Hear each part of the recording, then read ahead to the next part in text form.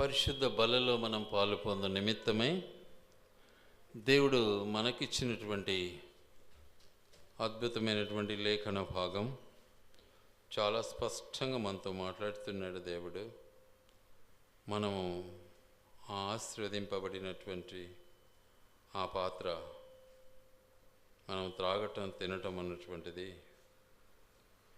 మనమందరం కూడా ఆయన రక్తంలోనూ ఆయన శరీరంలోనూ పాలు పొందిన వారము.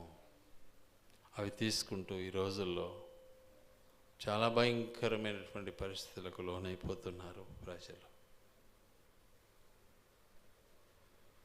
ఏమాత్రం కూడా విధేయత లేదు, ఏమాత్రం కూడా భయం లేదు.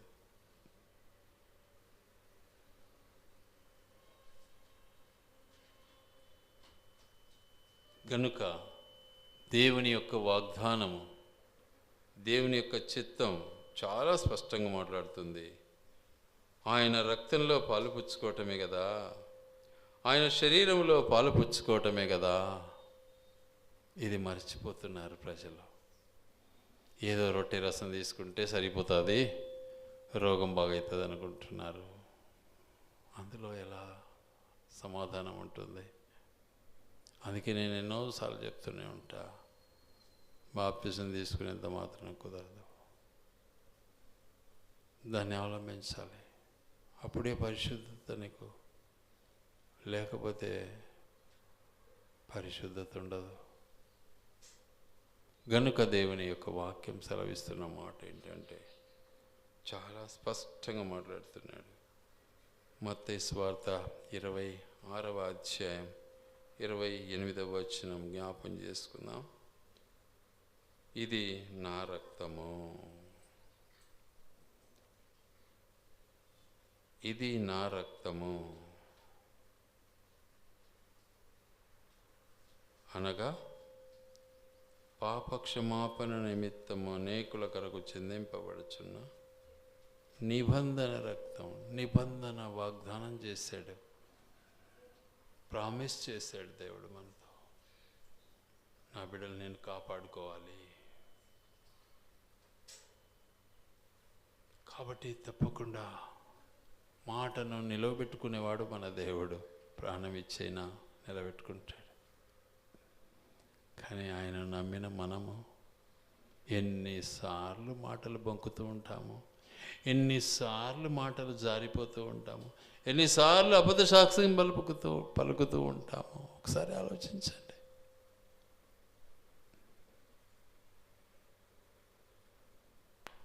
కానీ మన దేవుడు మనతో మాట్లాడే మాట చాలా స్పష్టంగా ఉంది. ఆయన రక్తం వలన మనము నీతిమంతులంగా తీర్చబడాలి.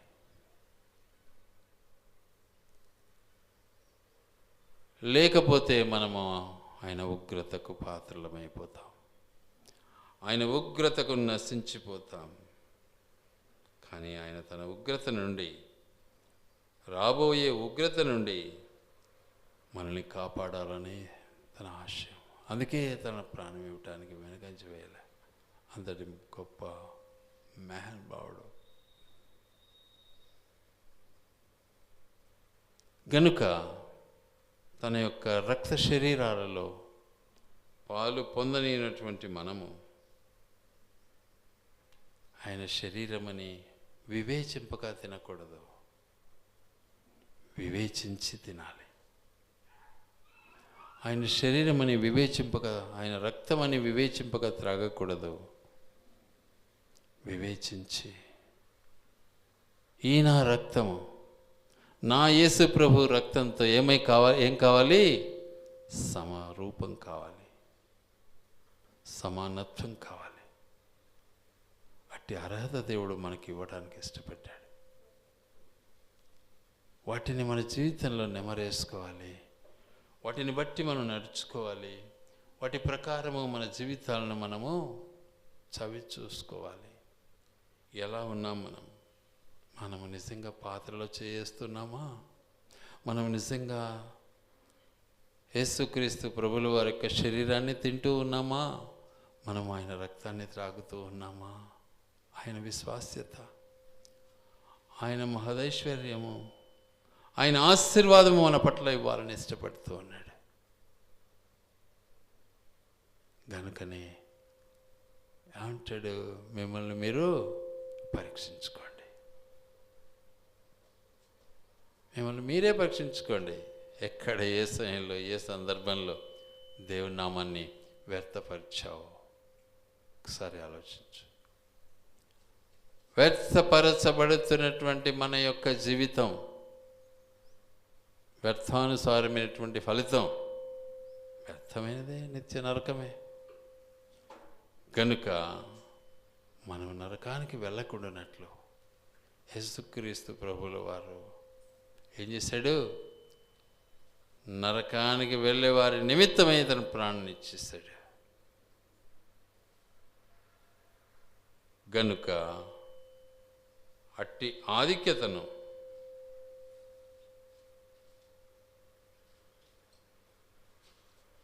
మనం అనుభవించటంలో దేవుని ఉగ్రత నుంచి మనం తప్పించుకున్న వారం అవుతాం. కాబట్టి రోమా 5:9 ఆయన రక్తం వలన ఇప్పుడు నీతిమంతులుగా తీర్చబడి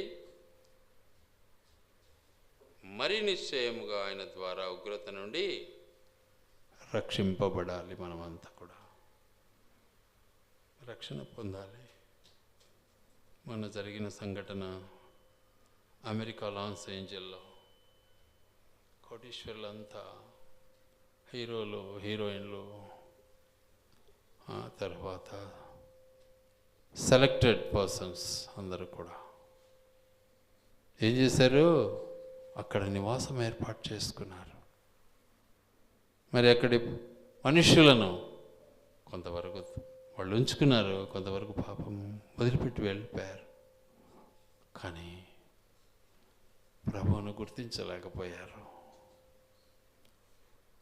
సో ఆయన ఎదురుగా కళ్ళ ముందే ఏమైపోయింది? బూడిదగా తయారైపోయింది. బూడిదే. మన బ్రతుకేంటో ఒకసారి పరిశీలించుకుందాం, జ్ఞాపకం పెట్టుకోవాలి. అందుకని వాక్యము చాలా స్పష్టంగా మనతో మాట్లాడుతూ ఉంది. మనలో ఉన్నటువంటి వ్యర్థమైనటువంటి ఆలోచన, ఇబ్బందికరమైనటువంటి ఆలోచన, వ్యర్థమైన తలంపులు, వాటన్నిటి నుంచి దేవుడు మనల్ని విమోచించటానికి అమూల్యమైనటువంటి తన పవిత్రమైన రక్తాన్ని మన కొరకు చిందించాడు. మనమందరం కూడా అన్యోన్యత సహవాసం కలిగి నామాన్ని కనపరుచుకోవాలన్నది దేవుని యొక్క ఉద్దేశం. గనుక ఎలా ఉందాం? మనం నమ్మకమైన సాక్షిగా మనం జీవించడానికి ప్రయాసపడదాం. నమ్మకమైన సాక్షి. మనలో నుండి ఆది సంభూతుడిగా లేచిన వాడును భూపతులకు అధిపతినైన యేసుక్రీస్తు నుండి కృప సమాధానం మీకు కలుగునుగాక. ప్రకటన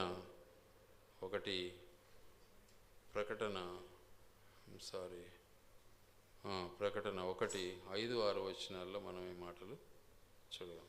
మనను ప్రేమించుచు తన రక్తం వలన మన పాప నుండి మనలను విమోచించిన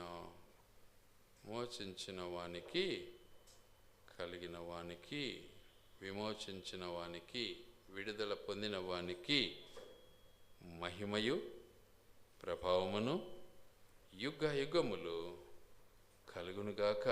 ఆమేన్.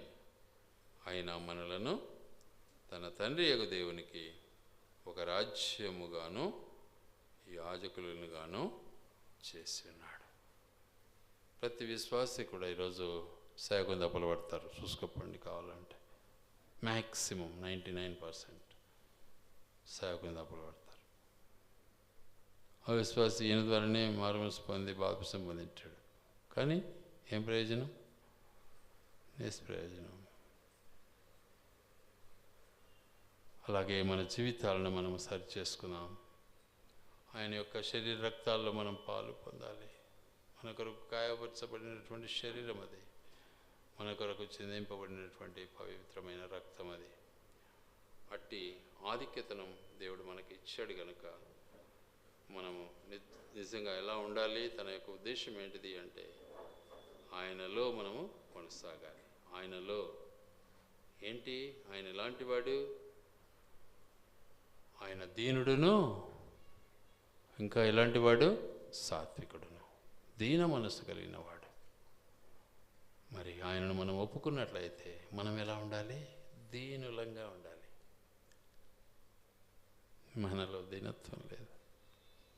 క్యాక్ క్యాక్ క్యాక్ అంటూ ఉంటాం, నోరు ఆడుతూ ఉంటుంది, నాలుక నిమ్మలంగా ఉండదు. ఒకవేళ నాలుక క్రింద గ్రంథులే లేకుండా ఉంటే పరిస్థితి ఏమోను. దేవుడు అది పెట్టాడు, మిషన్ ఆడుతూనే ఉంటుంది. ఆ చల్లని లాలాజలం మనిషి తాగుతూనే తృప్తి పొందుతూ ఉంటాడు. దేవుడు మనకిచ్చిన జీవజలం. కాబట్టి ప్రభువులో మనం కొనసాగు నిమిత్తమై గొర్రెపిల్ల యొక్క రక్తమును బట్టి, ఆమె సాక్ష్యమును బట్టి నిజంగా లోకాన్ని మనం జయించిన వారముగా ఉండాలి. అది దేవుని యొక్క ఉద్దేశం. లోకాన్ని జయించేది నేర్చుకోవాలి. అందుకే ఆయన అంటాడు, మీరు భయపడకుండా నిమిత్తమై నేను ఈ మాటలు మీతో చెప్పుచున్నాను. ఏమని? నేను లోకమును జయించున్నాను కాబట్టి మీరు భయపడకండి. లోకాన్ని జయించాడు. లోకం కోసం ఆయన ఏం చేశాడు? త్యాగం చేశాడు. లోకం కోసం ప్రాణం ఇచ్చాడు, లోకం కోసం రక్తం కార్చాడు, లోకం కోసం సిలువ ఇవ్వడాడు. ఆ సిలువ అన్నటువంటి శిక్ష చాలా నీచమైన శిక్ష ఆ రోజుల్లో కూడా.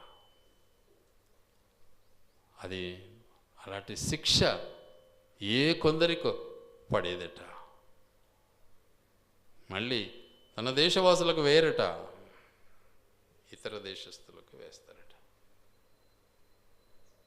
కొంతమంది పాండిత్యం కలిగినటువంటి భక్తులు చెప్తా అంటే విన్నా నేను. ఎందుకంటే దేవుడు తన స్వజనులను కనుక్కుంటాడు. ఏ ఊరుడన కానీ, ఏ భాష అయినా సరే, ఏ దేశమైనా సరే ఆయన కనుక్కుంటాడు. ఎందుకంటే సృష్టి ఆయన చేతిలో ఉంది. సృష్టించిన వాడు ఆయనే. కనుక మనల్ని మనం ఎల్లప్పుడూ కూడా ప్రశ్నించుకొని మనల్ని మనము శ్రద్ధాభక్తులతో దేవుని యొక్క సాన్నిధ్యాన్ని మనం అనుభవించినట్లయితే ధన్యులమవుతాం. కనుక ఆయన బలలో ప్రవేశించక ముందే దేవుని దగ్గర మనం ఒప్పుకుందాం. ఒప్పుకోలు కలిగి వాటిని విడిచిపెట్టి ప్రభు యొక్క పరిశుద్ధతలో పాలు పొందాం. దేవుడి మాటలు ఆయన వెనికిడిలో దీవించి ఆశీర్వదించును గాక.